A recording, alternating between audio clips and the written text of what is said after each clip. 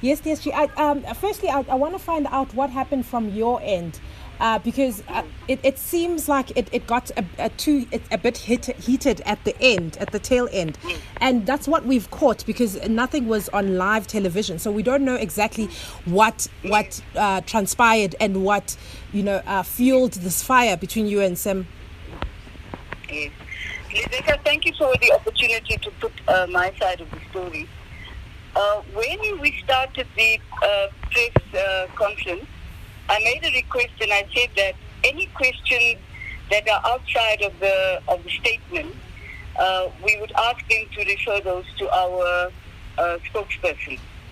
Samkelo took that very personally, unfortunately. For some odd reason, he took it very personally. And during the course of the interview, he then attacked me. He doesn't show that on the screen. He attacked me by saying that he doesn't like the way that I treat him, and he went into quite a frenzy. I can't remember all the words he said. I'm not as on top of things as he is, but we did record it. In addition to that, he then also sent SMSs to our media team who was around, saying that he doesn't like the way I treat him. I didn't know any of this. All I was reacting to was that Samkelo is extremely, extremely aggressive, doesn't stick to anything that is fact and reality, but moves off it. I answered all the questions he asked. He asked me why we were sending things to the Integrity Commission. I answered that question. He also asked another question which I answered. So that none of that is shown by ENCA. Okay. But what he then does is he plays a victim. As he leaves, he says to the media team, I am doing the ANC a lot of favors. Some of our bosses don't even want us to cover you. So I think that there is an attitude, and I'm listening to Vuyo Mboko right now, who is also looking at it from one side. I've been offered to go on ENCA to go and give my side of the story, but I'm not sure that there's any value in that right now. Vuyo has already decided that I didn't like the questions Samkelo asked.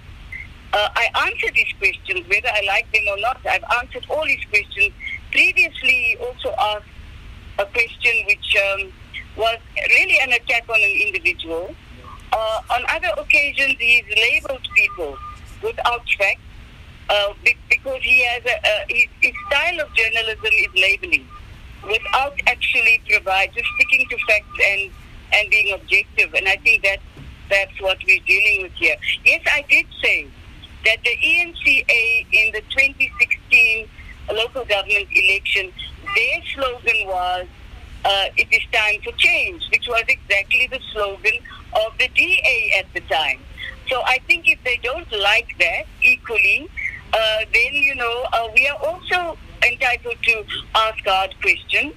And journalists are not the only people with the right to freedom of speech. Every citizen has a right to freedom of speech, and we all have that right. At DSG, just two questions for you. One, I'd like you to, if possible, if you could send us this recording so we can just have a listen to it. And number two is, there is this general consensus from journalists that there's a way in which that it's becoming harder and harder to approach the ANC or to approach you per se. In terms of questioning you, there's a feeling that you can be a little bit abrasive when you're speaking to journalists. Is there an issue between you and journalists? Do you find that, are you having problems or issues with journalists in how they conduct themselves, or is this an isolated incident? You know what, Lizeka, I think that we mustn't generalize. Yes. Because there are moments when journalists have been rather aggressive and have not expected a firm answer back. And when women speak to journalists, we are called aggressive and abrasive. When men speak to journalists, you don't have the same sentiment towards them. And I think that's really rather unfair. Secondly, I'm concerned, I would never support an attack on any journalist. I don't. I don't support people who attack journalists and call them out on Facebook and media and find journalists' addresses, and I don't do that. And I would not support that.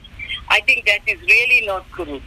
But I do think that there is a skewed conversation going on even between you and I. You already have a view about me. I don't have any views about you. I don't know you enough to have any views about you. And the point is that, you see, when somebody is aggressive and abrasive towards you, it is likely that you will answer in the same way.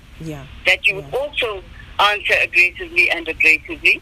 I also think that very often journalists spin facts to suit their editors and to suit themselves. And I'm watching Vuyo Mboko doing that right now. He's turning Samkelo into a seriously accosted young man who said to us, I am doing the ANC a very big favor. Some of our bosses don't want us to come to you. Now, with due respect to all of the people out there, we're in an election campaign. Everybody's under pressure. What is really needed now is facts, not choosing sides. And I think that there'll always be a view that journalists are choosing sides if they are, when the ANC is treated in one way, and if one looks at how a journalist then interviews a person from another party, is treated in a completely opposite and very kind-hearted way. So for me, I think the issue is, I apologize to Samkelo. He doesn't show that apology. And I think that this is perhaps what is so unfair, is that,